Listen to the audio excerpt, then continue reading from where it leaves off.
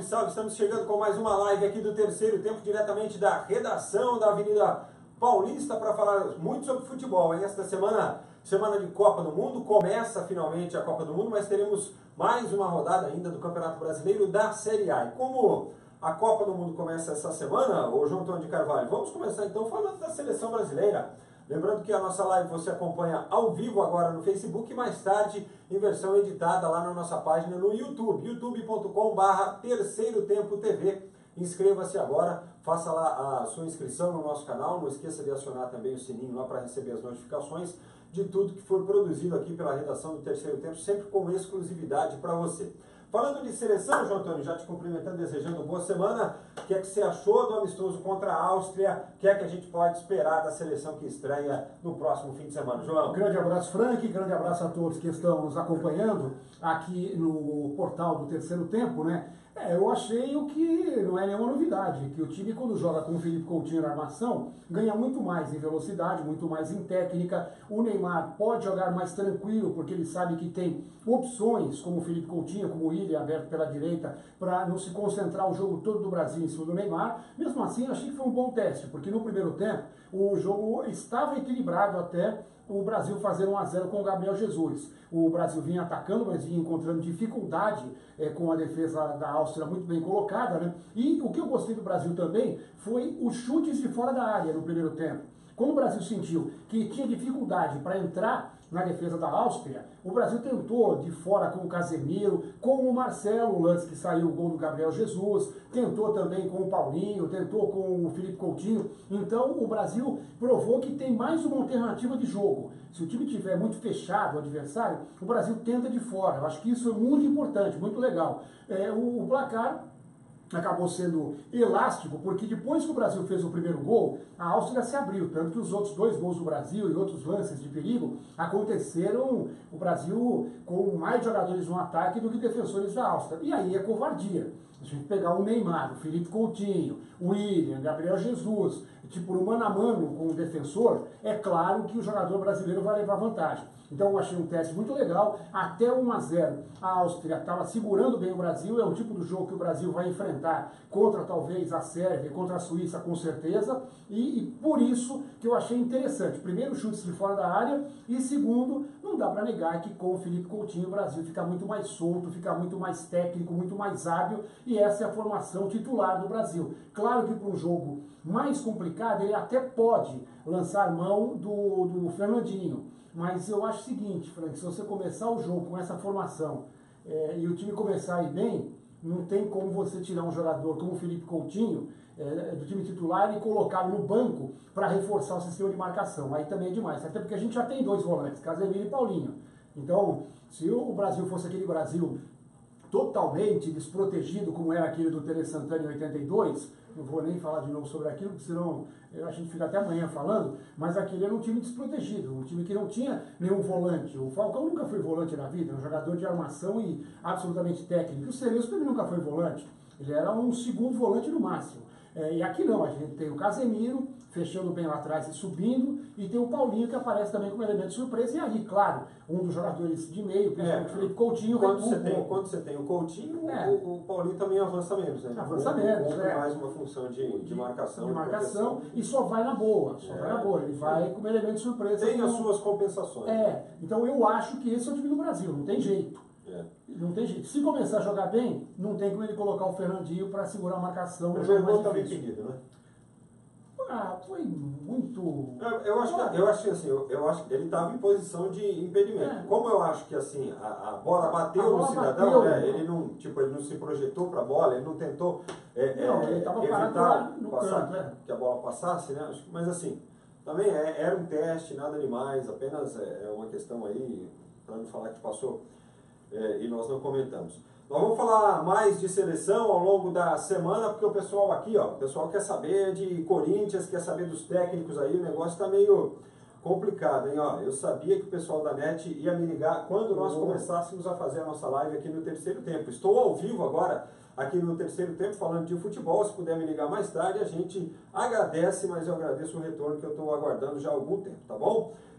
Vamos falar então, registrar aqui, a participação dos nossos Enquanto você procura aí, só dar uma passadinha nos jogos do final de semana entre seleções, rapidamente. França empatou com os Estados Unidos 1-1, tem que crescer mais a França, que tem mais bola para isso. O Mbappé fez o gol. A Espanha ganhou da Tunísia, continua invicta com o Lopetegui. O gol foi do Iago Aspas, bom jogador do Celta. Dinamarca 2, México 0. Dinamarca tem um bom time também bem montado. Suécia 0, Peru 0. E a Sérvia, adversário do Brasil, ganhou da Bolívia 5-1, 3 gols do Mitrovic. Mas também não é muita coisa, porque a seleção boliviana é muito fraca. E hoje tem Bélgica e Costa Rica. Bom, o Henrique Conceição Santos manda um bom dia aqui pra gente. O Marcos diz que quer o Mano Menezes no Corinthians, ou no, sei lá, no time dele, não sei qual é o time dele. O Paulo Freitas, não fique surpreso quando ver o Zé Ricardo no timão. O Antônio Madalosso, ele é de Votuporanga, deseja um bom dia aqui pra gente. E o Marcos Cavaleiro também, João Antônio, todos falando aí a respeito da questão dos treinadores. Quem precisa mais de técnico neste momento? Palmeiras, Corinthians ou a equipe do Santos? Olha, sinceramente, Frank, eu vou continuar seguindo com a linha que eu venho trabalhando. O Palmeiras é um time que ele não pode tropeçar com o elenco que tem. Então, o Palmeiras perdeu 2 ou 3 jogadores, mas olha só, entrou, Thiago Santos fez o gol. Tinha o Moisés que ficou no banco, eu esperava que o Lucas Lima ganhasse uma nova oportunidade, mas esperava que o Moisés fosse recuado. Mas ele preferiu colocar o Thiago e colocar o Jean, que acabou saindo, porque não dava para jogar 90 minutos. Aí eu acho que já foi até um erro, porque eu preferia deixar o Jean no banco e colocar o Jean se houvesse a necessidade, porque aí o que aconteceu? O Palmeiras ele começou a toda, fez 2-0, depois se acomodou, não quis mais jogar, deixou o Ceará ir para cima, o Ceará tem um time limitado, empatou o jogo no finalzinho. Eu entendo que houve até a falha do Jailson, foi muito lento na bola, não esperava, não teve reação quando houve o passe para o meio, mas de qualquer forma, o Palmeiras não pode com esse time ficar aí na posição que está e empatando com o Ceará, empatando com o América Mineiro, perdendo para o Sport, que o Sport perdeu ontem para o Vasco. Vai. Você coloca o time do Palmeiras aqui, o Vasco está muito mais embaixo.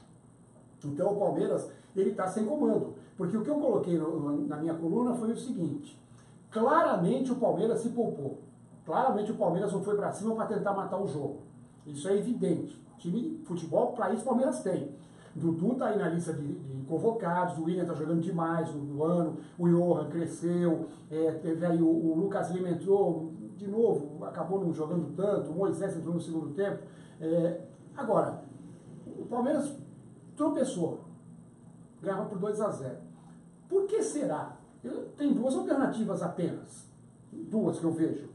Ou o técnico mandou o time recuar e ficar se poupando e especulando aí uma bola para fazer o terceiro gol, ou o técnico não mandou e o time por si só recuou. Se isso aconteceu é porque o técnico não tem comando. Então o técnico está errado dos 2 jeitos. Ou se ele mandou voltar o time, ou se ele não mandou e o time voltou porque quis e ele não teve peito para chegar na beira do campo e falar: ô seus, vamos jogar bola, vamos partir para cima, porque o adversário é fraco. Ficou lá sentadinho no banco, deixou o time fazer o que queria, achou que ia ganhar quando bem entendesse e tomou o gol, que é um gol que preocupa, porque o Flamengo está abrindo muito para quem quer ser campeão brasileiro. Então eu vejo que o Santos tem um time limitado, o time está muito nervoso, ontem reclamou de tudo, o jogo foi muito complicado, eu sei, teve o pênalti duvidoso, o primeiro, o segundo também foi duvidoso, lances de empurrão, que o braço fica junto, fica grudado, e aí teve aquele lance do segundo gol do Internacional, que o Veríssimo reclamou demais, foi expulso de forma direta. O Santos está muito nervoso, muito tenso. Então eu vejo que, eu acho o seguinte, você me perguntou quem precisa mais de técnico. Eu acho que o Palmeiras, pelo elenco que tem. Eu acho que o Santos precisa mais de jogador. E o Corinthians também precisa mais de jogador.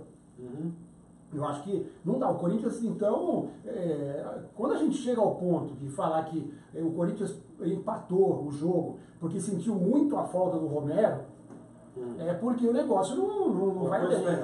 Alguma coisa está errada. E nada contra o Romero, eu acho ele um bom jogador. Eu defendo, quando falam do Romero, eu acho ele um bom jogador, ele parte para cima. No jogo contra o Santos foi um jogador que teve mais atitude no time do Corinthians, mas é por isso mesmo, o Romero é um jogador nota 6,5. Quando você tem um jogador nota 6,5 que faz falta, é porque o elenco está precisando de outras peças, né? E o Corinthians também não tem dinheiro, é exemplo do Santos. Então, eu não sei, eu vejo um futuro complicado para Corinthians e Santos no campeonato, o Santos com ameaça de rebaixamento, e o Corinthians com a ameaça de não disputar depois de um bom tempo a Libertadores. Bom, o João Antônio já deu uma repassada aqui nos jogos dos três grandes clubes aqui de São Paulo. O Santos perdeu para o Internacional por 2-1, o jogo foi na Vila Belmiro. O Corinthians empatou com vitória no sábado 0-0, o jogo foi na Arena do Corinthians, e o Palmeiras, jogando fora de casa, abriu 2-0 para o Ceará, vacilou pra caramba e esperou, e o Ceará acabou chegando ao empate. Dos times que disputam o título aí, Flamengo, Cruzeiro, o Palmeiras foi o único que perdeu pontos para a equipe do Ceará, então isso pode fazer falta lá na frente. No sábado, o São Paulo venceu o Atlético Paranaense por 1-0, quebrou um tabu aí que existia desde sempre, 36 anos, a idade do Nenê, o autor do gol, mas o São Paulo acaba a rodada no G4 outra vez. Trabalho do Diego Aguirre, hein? Inteligente o Aguirre. Ele não tem um grande elenco, mas ele está sabendo usar bem as peças. O Nenê é um jogador que... ele colocou o Nenê no lugar certo, na armação. É o que a gente fala da seleção brasileira, por exemplo. Já tem 2 volantes de contenção, São Paulo. O Jusilei, tem o Petros, tem o Hudson, tem jogadores que ocupam bem esse espaço. Então, como você já tem 2 jogadores marcando e forte, você coloca o Nenê com liberdade. E ele é um jogador muito técnico, um jogador de muita habilidade. E está resolvendo. O São Paulo tem aí o Everton, que é velocista, o Diego está indo muito bem. Esses 3 jogadores formam a base ofensiva do São Paulo, que vem dando resultado. E o São Paulo usou a cabeça. Sabia que em algum momento algum jogador do Atlético Paranaense ia sair jogando errado. O Fernando Diniz, ele pode ter esse trabalho dele, mas é duro você ter algumas convicções quando a coisa não está andando. O torcedor do Atlético não aguenta mais. Falou em coro. E aí, pede para sair, que não tem. O Atlético na zona de rebaixamento, com um time que eu, sinceramente, esperava que fosse estar brigando aí até por Libertadores da América.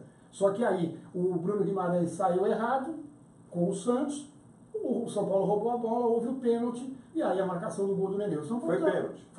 Foi pênalti. O Camacho veio e empurrou o jogador do São Paulo, esse foi claríssimo, tanto que ele nem reclamou muito. E aí o São Paulo ganhou o jogo, belíssima campanha do São Paulo. Aquele resultado para o Palmeiras foi um resultado normal, perdeu para um clássico na Arena, um rival também que está disputando o título, apesar de todos esses problemas que o Palmeiras não tem um equilíbrio nos jogos, né? Até quando o São Paulo também não teve, o São Paulo foi bem melhor no primeiro tempo, mas de qualquer forma o São Paulo faz um trabalho que dá tranquilidade ao time. E o São Paulo também, não deve perder tanta gente assim para o segundo semestre. O Rodrigo Caio nem vem jogando, a gente já comentou isso. O Rodrigo Caio nem vem jogando. Rodrigo Caio, o Militão, o Cueva e os 2 que já saíram, né? O Valdívia e o Marcos Guilherme. O Militão talvez ele faça um pouco mais de falta, mesmo jogando fora de posição. Mas é um lateral.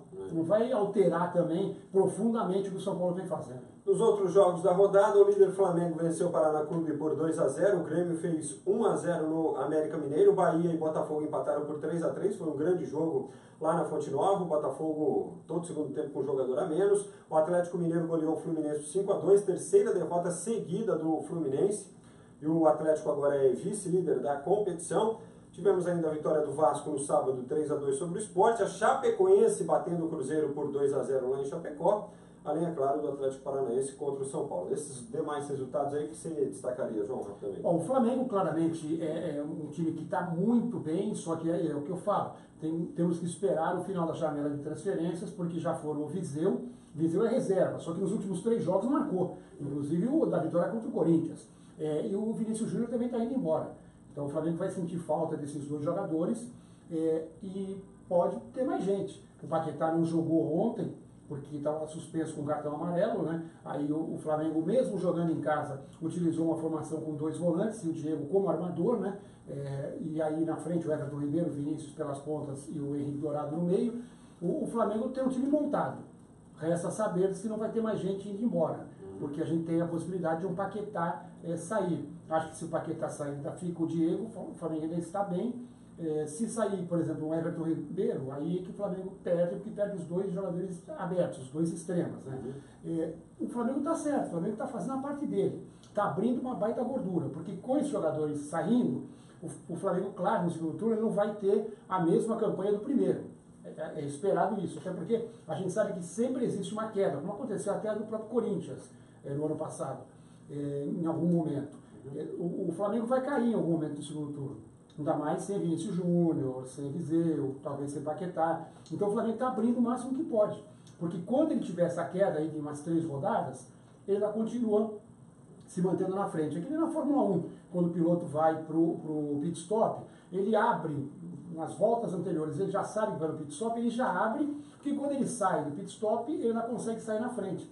Então é o que o Flamengo está fazendo. O Flamengo está ganhando tempo para o seu pit stop lá no segundo turno. Olha, um abraço para o Kleber Estevão, que manda um abraço para a gente aqui, viu, João Antônio? Pede para a gente mandar um abraço também para o Milton, parabenizando pela homenagem que o Milton fez ao Edu, no show do esporte, isso, o Jonas Eduardo Américo, que nasceu em 6 de agosto de 1949, lá no show do esporte da Band, né, neste domingo. Foi muito legal mesmo, acompanhei, o Edu é um cara fantástico, foi muito emocionante até a homenagem para o Edu e justíssima. O Edu é um cara tranquilão, o Edu é aquele...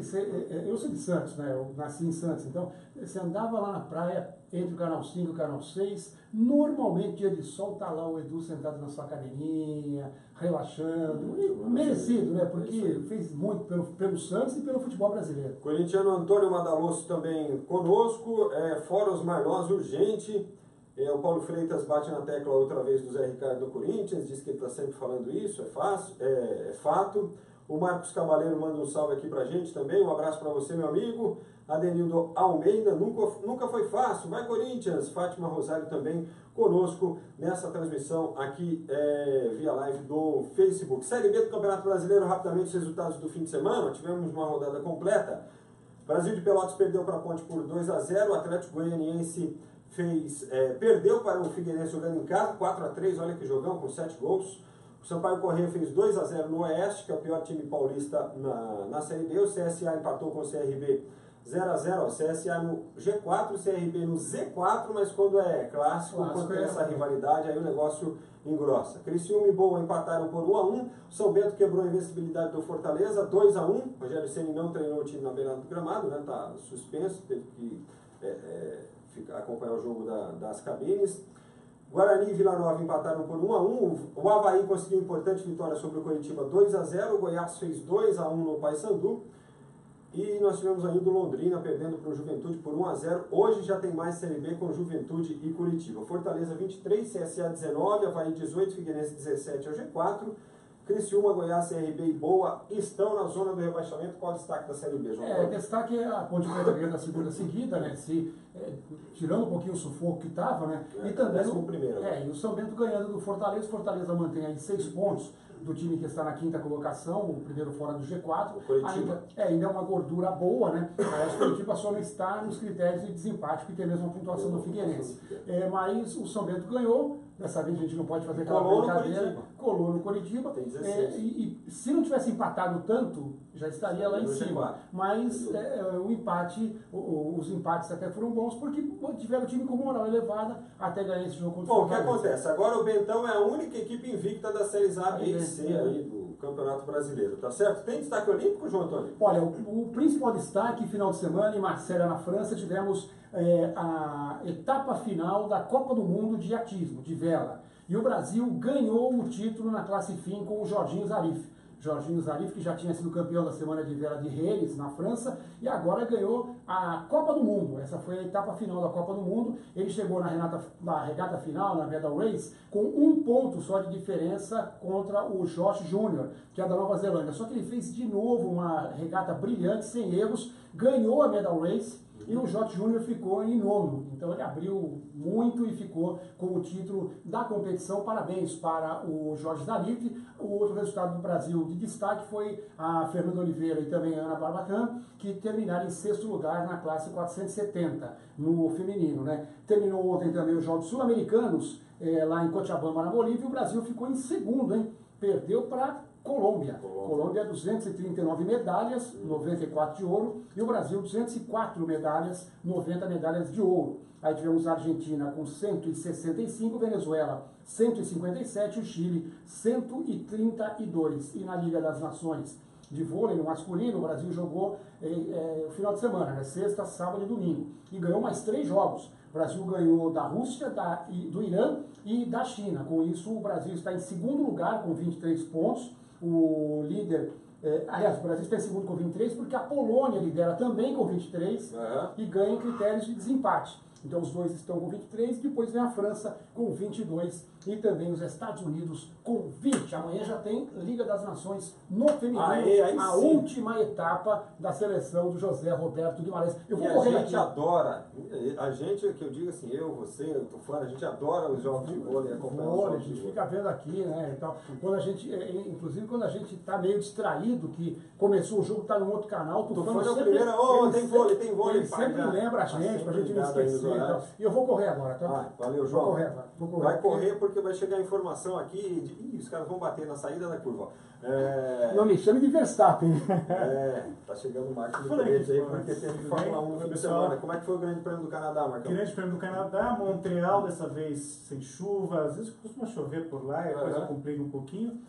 Depois de um domínio enorme do Max Verstappen nos 3 treinos livres, os 2 de sexta-feira, no sábado também, todo mundo esperava que de repente a Red Bull pudesse, mas o motor Renault não tem aquele gásinho que tem a Mercedes e a Ferrari, então acabou a pole ficando com o Vettel, e o Vettel dominou a prova de ponta a ponta, e o mais legal disso, quer dizer, não foi só dominar a corrida, enfim, o Verstappen acabou fazendo a volta mais rápida, mas isso acabou não contando nada, para a Fórmula 1 não contar pontos, né? O que acabou acontecendo é que o Vettel, graças à vitória, é o 5º lugar do Hamilton, que teve um pouquinho de problema no começo da prova, perda de potência, novo líder do campeonato agora. O Vettel está com 121 pontos, Lewis Hamilton 120. O campeonato está realmente muito pegado. E tem um detalhe interessante que eu acho que é importante a gente lembrar, tecnicamente falando, pneus, né? Os pneus muito macios, os hiper macios que foram agregados nessa temporada pela Pirelli, a Mercedes não está casando muito bem com esse tipo de composto. Isso é que tem prejudicado muito o acerto do carro, e nessa a Ferrari está se dando melhor. A desvantagem da Ferrari é que a Ferrari está correndo apenas com um piloto e meio, vamos dizer assim, porque o Raikkonen não está ajudando muito. O Bottas, ao contrário, fez uma bela corrida ontem, chegou em segundo, o Verstappen completou o pódio, e o próximo GP que a gente vai ter vai ser o retorno da França à Fórmula 1. A França que teve... Mas naquele charmoso circuito de Paul Ricard? No charmoso circuito de Paul Ricard, voltando Paul Ricard, porque há 10 anos atrás nós tivemos durante um bom tempo a prova em Manicourt, que é uma pista bastante, um circuito bastante afastado das regiões centrais, o pessoal até reclamava muito em relação a isso, por conta... Mas na verdade foi meio político isso, né? Porque o Mitterrand era muito amigo do Guy Ligier, e todas as instalações da equipe Ligier na época estavam lá, na Technopole de la Nièvre, né? Na região lá de Nevers, onde fica o circuito de Manicourt. Mas dessa vez em Paul Ricard, e há 10 anos atrás quem venceu o Grande Prêmio da França em Manicourt? Felipe Massa, naquele ano brilhante dele, que ele teve 6 vitórias e ficou a um pontinho só de ganhar o campeonato, né? Boa, Marcão. Um abraço para o Irã Oliveira, que é de Santa Bárbara do Oeste, está conosco. O Edson Roberto Junqueira, que escreve assim: bom dia, Marcos. Bom dia, Frank. Pelo amor de Deus, hein? Não aguento mais tanta corrida chata. Volta GP do Azerbaijão. É sempre legal. Para quem está assistindo é melhor mesmo. Bacana, né? E ele pergunta lá se é com ou sem a reta Mistral. Tá falando a Mistral não é mais a mesma, né? Porque como é um circuito meio perigoso, né? uma grandes velocidades lá, a Mistral durante muito tempo foi a maior reta da Fórmula 1, agora exatamente está no Azerbaijão, a maior reta da Fórmula 1. E o Nelson Perim, que diz aqui pra gente que time grande não cai. Você deve estar falando do Santos, né, que está na zona do rebaixamento. Obrigado, Marcão. Tem mais algum detalhe aí? Não, só lembrar para vocês que essa prova de a Fórmula 1 costuma dar a mínima pelota para a Copa do Mundo, né? Então o próximo GP, que vai ser dia 24, só por curiosidade, para vocês saberem, vai ter 3 jogos de Copa do Mundo. Inglaterra e Panamá, Japão e Senegal, Polônia e Colômbia. E com certeza algum no horário. Para bater, deixar a gente com dúvida para saber o que vai fazer. No meu caso, especificamente, eu gosto de Fórmula 1. Tá bom, Marcão. Valeu. Obrigado. Gente, estamos encerrando aí a nossa live, tá bom? Amanhã a gente volta para falar mais de futebol. Se tiver Fórmula 1, automobilismo, a gente fala também, de esportes olímpicos, tá bom? Contamos com a sua audiência. Até lá, tchau. Tchau. Sem bater, hein, Marcão?